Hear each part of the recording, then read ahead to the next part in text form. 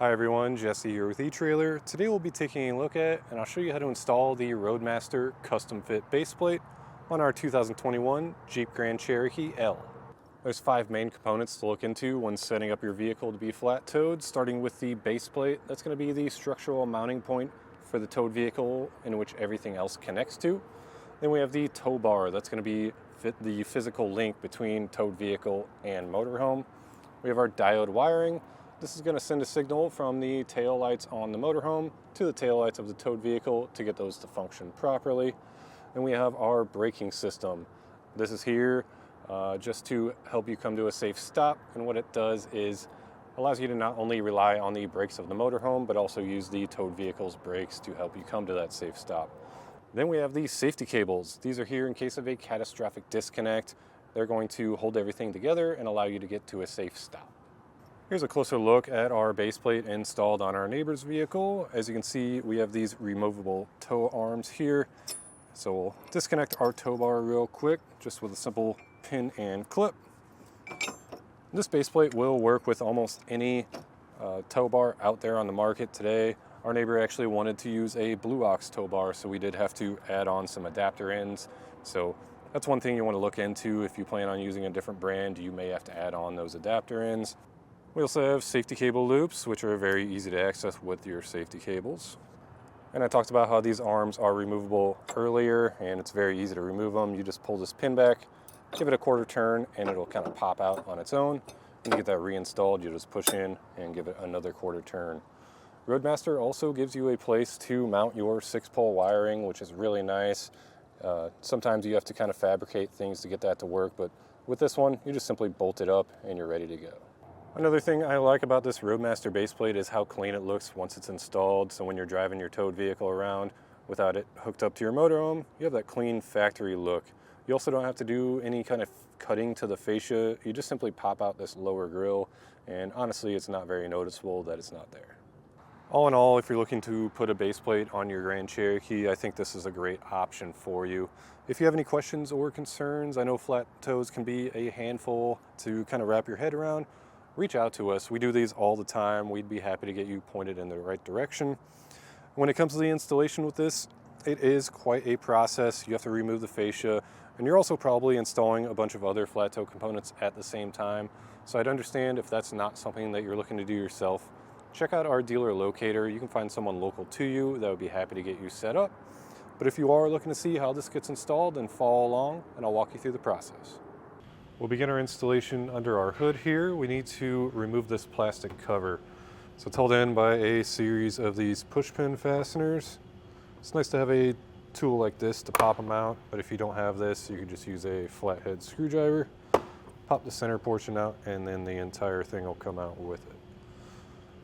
So we'll just work our way around and get all these removed.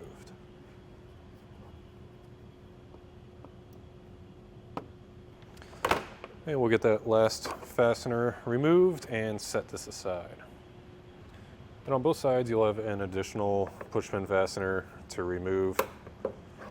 It's going to help us kind of manipulate this and get under it. And once you have those removed, we can move on to these torque screws that are holding in this front grille. These will be T40.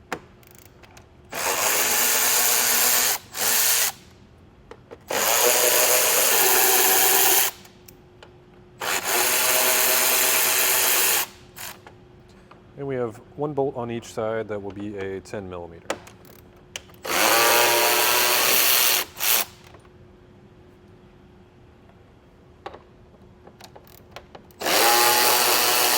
Underneath our vehicle, we have a series of 10 millimeter bolts to remove. These are holding our skid plate onto our fascia.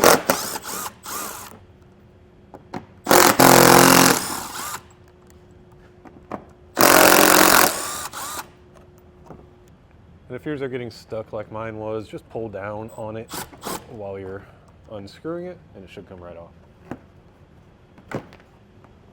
Then if we pull our skid plate down, we reveal 2 push pin fasteners. There's going to be one on the passenger side and one on the driver's side. These are similar to the ones under our hood. Just pop the center out and you can pull the entire thing out. Now in our wheel well, we have a series of 8mm bolts to remove. They're all gonna look just like this one. Just work your way down the line.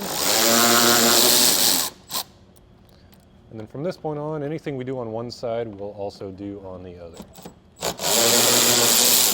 Now we can sneak some fingers under our liner there and peel it back, because we'll be pulling back on this plastic liner. So to start at the bottom, carefully pull out.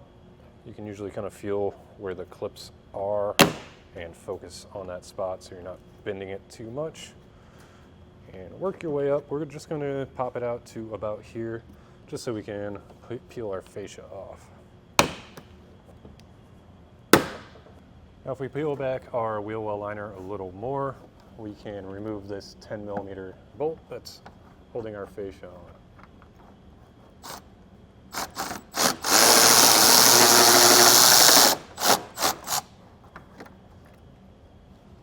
Now on both sides we will have an electrical connector that we need to unplug. So there's a locking tab here. If you can get a flathead screwdriver up under it, that'll usually pop it loose pretty easily. And then we'll push down on the tab and separate our plug. And here's a look at that tab. So you'll pry out on this grayish part and push down on it to release the plug. Now I grabbed an extra set of hands. I have my friend Scott here to help me out. We're gonna start on the outside, peeling our fascia back. On the very edge, there is a tab that you can feel that will help you kind of release it.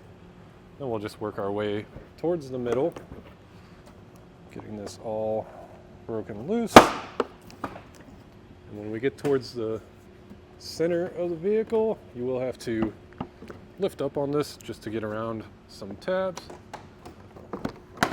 Make sure you clear that, and we'll take our fascia and set it aside. Now on our tow hook, we have two 16mm bolts that we'll remove. One on top and one on bottom.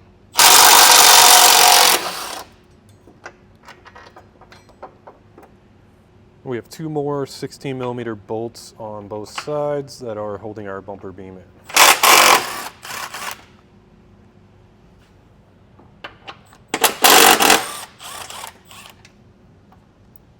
Now we have a 10mm nut on both sides to remove.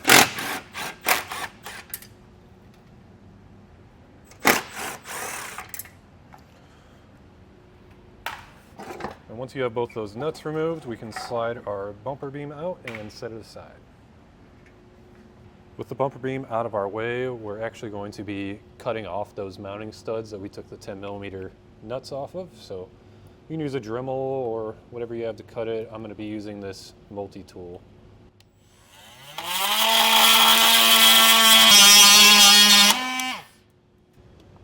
Here's some push pin fasteners. There's going to be one on both sides. We'll get those popped off. We actually have one more push pin fastener. It's down here below our condenser. So we'll get that popped out also. Now we're going to be removing this portion of our air dam, so we need to make a cut going diagonal here. And this is going to be a pretty tricky cut. You might be able to just get some tin snips in there, but I'm going to at least get it started with my multi-tool.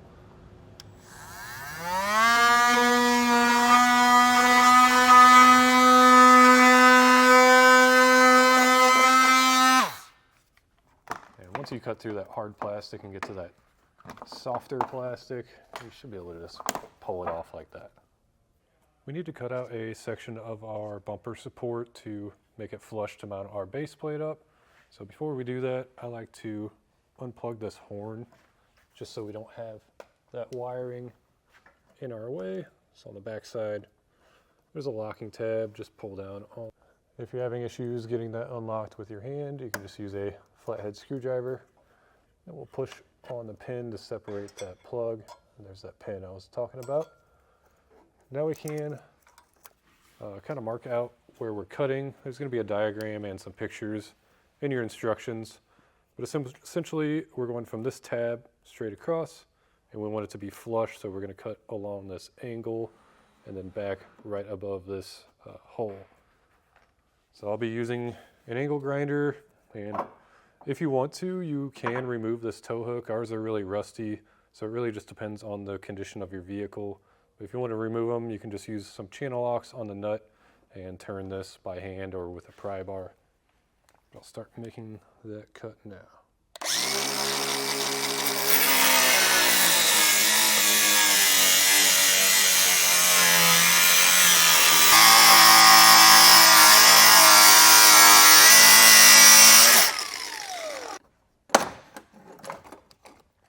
We'll get that popped off, and then I like to come through with a file, clean up our edges.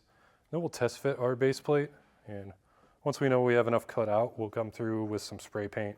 Just spray any of the raw metal to keep it from rusting. Our ambient air sensor needs to be relocated, so we'll pop out this push pin and then push this through the hole that those wires come through.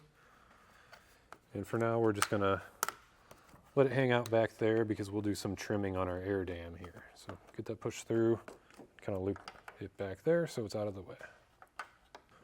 As far as trimming this air dam, we're just gonna kind of line it up with the edge of our shutters here.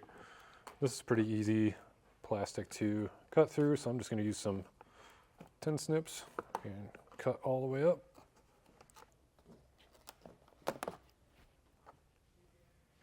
Now we're going to temporarily install our base plates, or at least get them mounted up, make sure they fit right.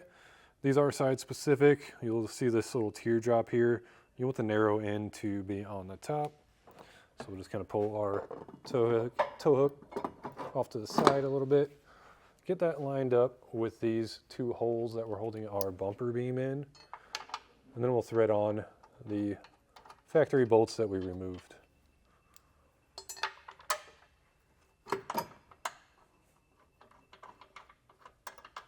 Now we're going to tighten these down. So before you tighten it down, just make sure you have it pushed as flush against your bumper support as possible. Then we'll use that 16mm socket to get them snug.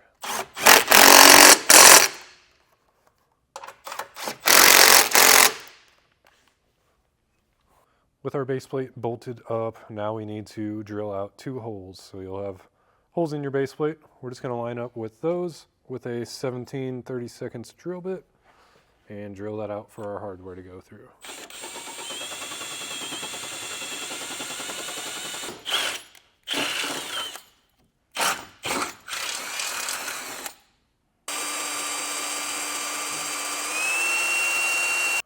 Now on each of our teardrop cutouts here, we'll need to drill out a 1.5 inch hole. So I'm using a hole saw to cut that out. Just try to get it lined up with the bottom edge of that hole and start cutting.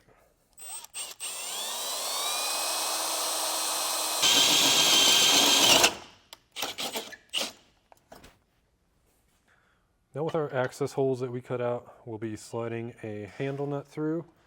So just bend the rod on the handle nut so that you can get it lined up with our side holes here. And we'll thread on our bolts with a little bit of thread locker, a flat washer, and a split washer. We'll do that for each of those holes.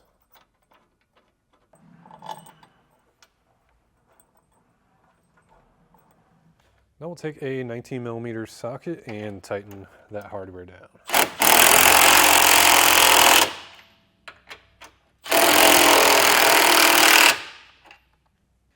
Now we'll take out these factory bolts that we reinstalled, and we're just going to add some of our red thread locker to those and reinstall.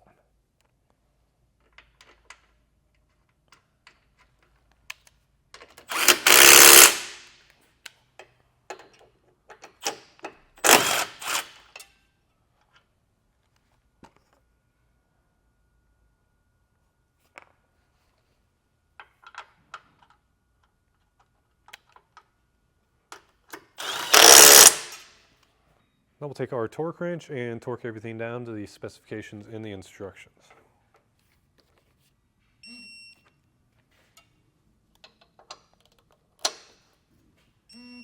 We'll take one of our smaller bolts that come in our kit with a split washer and a flat washer, Slide that through our tow hook and the hole in the base plate.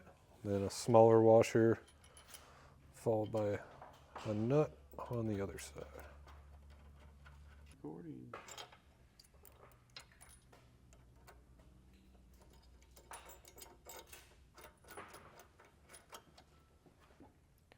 Then you want to get your tow hook pulled back as far as you can, and we'll tighten our hardware down with a 5/8 socket and an 11/16 wrench.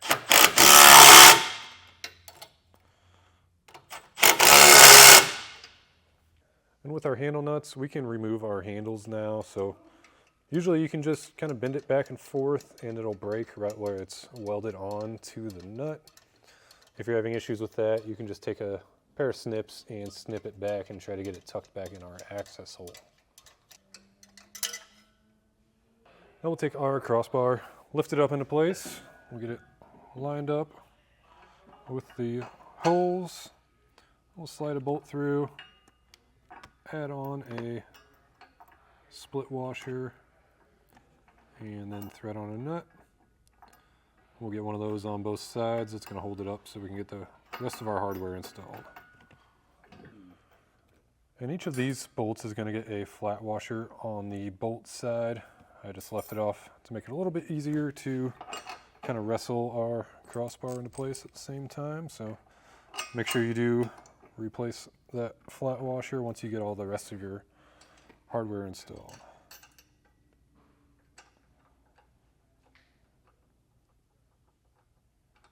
As we tighten down our crossbar, you'll want to kind of push up about as high as you can. The instructions just say you want about 1/8 inch of difference on the top of the crossbar and the top of our side bracket.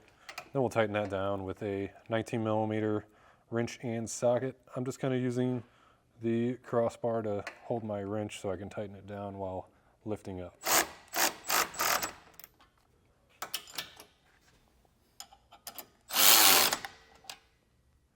We can torque everything down to the specifications in the instructions.